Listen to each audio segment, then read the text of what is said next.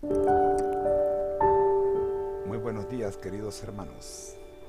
El Ministerio Conéctate a Jesús se complace en presentar Seminario de Historia Denominacional a menos que olvidemos, escrito por el pastor Jorge R. Knight.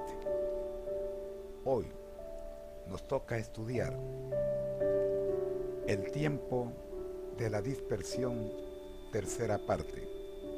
Ayer estuvimos viendo uno de los problemas más grandes que tuvo William Miller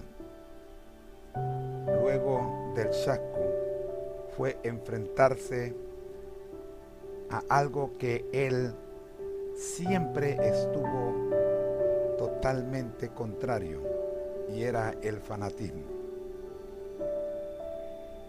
Decíamos que el problema de todos los mileristas a comienzos de 1845 era la cuestión de la identidad. Diferentes sectores del movimiento produjeron diferentes respuestas a esto, pero todos enfrentaban los mismos problemas.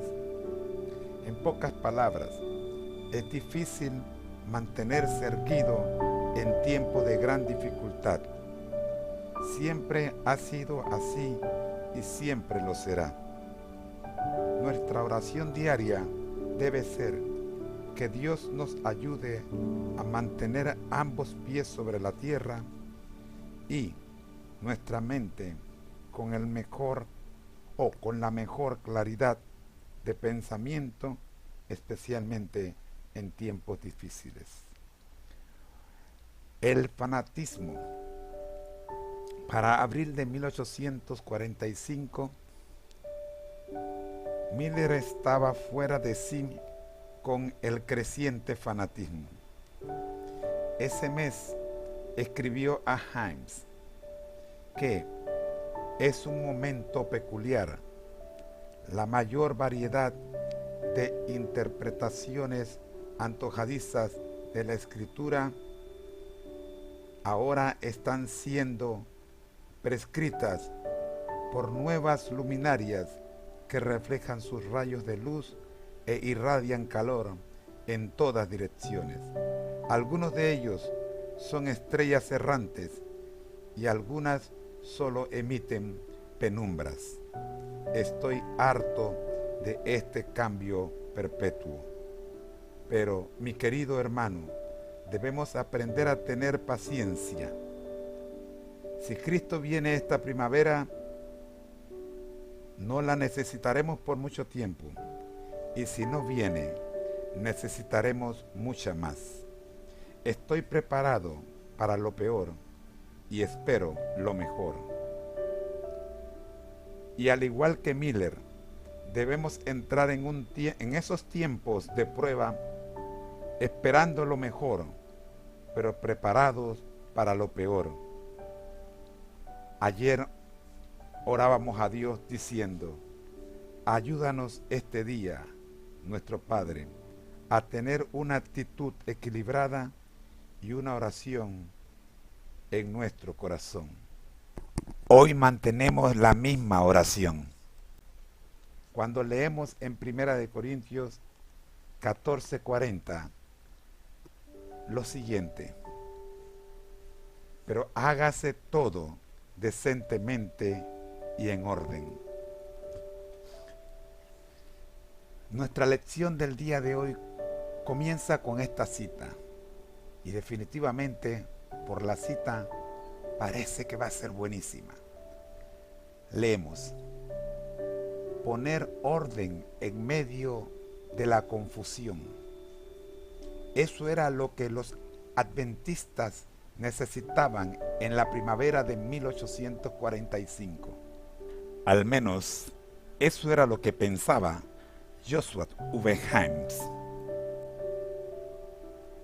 Podía ver claramente que los espiritualizadores fanáticos conducirían al movimiento a la ruina. Pero el fanatismo de ellos no era el único punto en el que Himes difería de los espiritualizadores. Tampoco estaba de acuerdo en que la profecía se hubiese cumplido en octubre de 1844. Como vimos antes, los espiritualizadores decían que sí, que Jesús había llegado a sus corazones el 22 de octubre de 1844, que la profecía de los 2300 días había alcanzado su cumplimiento y que habían estado en lo cierto tanto en la fecha como en el acontecimiento. Himes finalmente decidió que el millerismo se había equivocado en el tiempo, pero que tenía razón en lo que debería haber ocurrido al final de los 2300 días.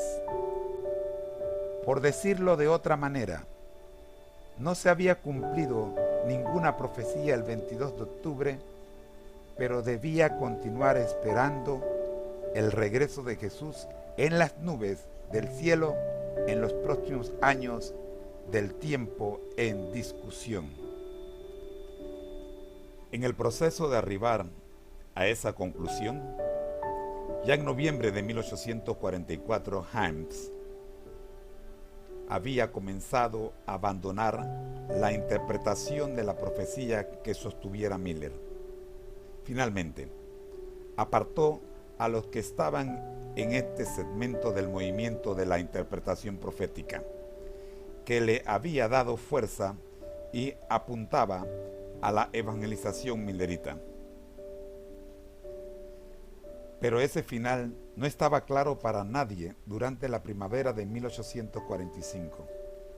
Todo lo que Himes sabía era que tenían que escapar de las falsas enseñanzas de los fanáticos.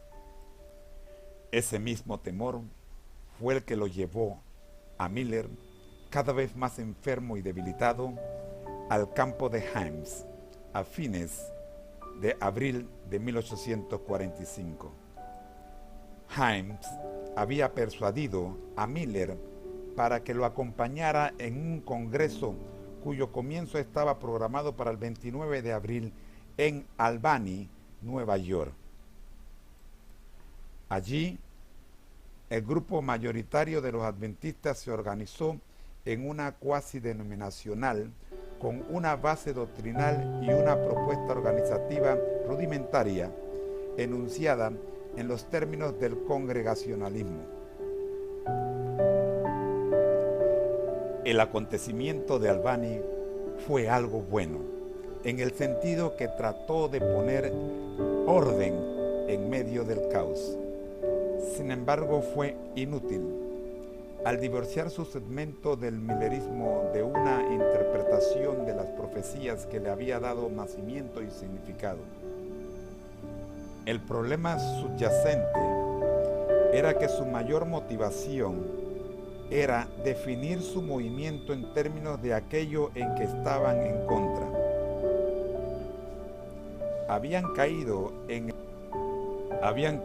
el foso de hacer teología, principalmente en contra de su prójimo, y eso conlleva la pérdida del equilibrio.